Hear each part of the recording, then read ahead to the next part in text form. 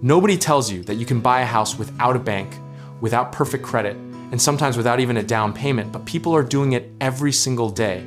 Welcome to the world of creative finance, where the rules you were taught about homeownership quietly fall apart. We're talking about strategies like subject to and lease option, methods that have existed for decades but feel like forbidden knowledge because nobody in a suit at a mortgage company wants you to know about them. The game is simple. Find motivated sellers, understand their pain, and structure a deal that solves their problem while building your portfolio.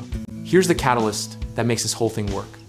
Sellers sometimes care more about their situation than their sale price. A landlord drowning in a property, a divorce forcing a quick exit, a job relocation with no time to list. These are the moments where creative finance walks through the door. Subject to means you're buying a property subject to the existing financing, so the seller's mortgage stays in their name, but you take over the deed and the payments. Think of it like inheriting someone's car note. You drive the car, you make the payments, but the loan stays in their name until you refinance or sell. Lease option is a different animal. You lease the property with the right, but not the obligation, to buy it later at a pre-agreed price. It's like test driving a house for 1, 2, or 3 years while locking in today's value before the market moves against you.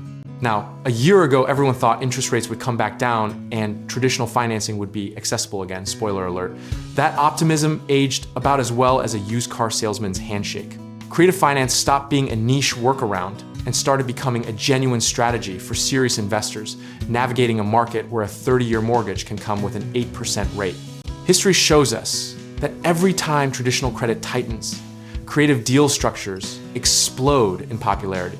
This happened in the early 1980s when rates hit nearly 20% and investors got creative out of pure survival. The pattern is not new, only the players are. Here's the misconception we need to kill right now. Subject to is not illegal, it's not a scam, and it's not some shady back alley transaction. It is a fully documented, deed-recorded real estate acquisition strategy used by investors, educators, and even institutional buyers across the country. Step 1 is finding your deal, and that means marketing directly to motivated sellers through direct mail, cold outreach, or driving for dollars in your target neighborhood. Step 2 is running your numbers. You need to know the existing loan balance, the interest rate, the monthly payment, and what the property will rent or resell for before you ever sit down at a table. Step 3 is the conversation. And this is where most people freeze. But if you approach a seller with empathy, transparency, and a genuine solution to their problem, the deal almost closes itself. You're not taking advantage of them. You're offering them a path out of a situation that traditional buyers cannot or will not touch. Step 4 is paperwork. And this is where you do not cut corners. You need a purchase and sale agreement, a subject to addendum, a deed transfer, and ideally an attorney who understands creative structures reviewing everything. The discipline of process here is what separates investors who build wealth from those who build lawsuits.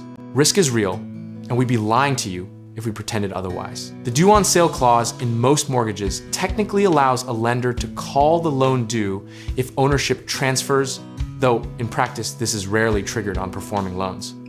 Size your positions accordingly, keep your reserves funded, and never let enthusiasm replace underwriting. The philosophical truth underneath all of this is that wealth in real estate is rarely built through one perfect deal. It's built through consistent, disciplined, slightly boring execution of a repeatable process. The investors who win aren't the ones with the best intuition. They're the ones who show up with a system and don't flinch when it gets uncomfortable. Creative finance is not a lottery ticket, and it's not a loophole. It's simply a different language for solving real problems between motivated parties.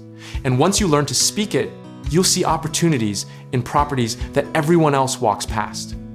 The market will always have distress, and distress will always create deals for those patient enough to find them. Whether you're ready to pursue your first subject to deal, explore a lease option, find the right lender, or need a trusted contractor to get a property rent ready, we can help you take that next step. Check out the links in the description below.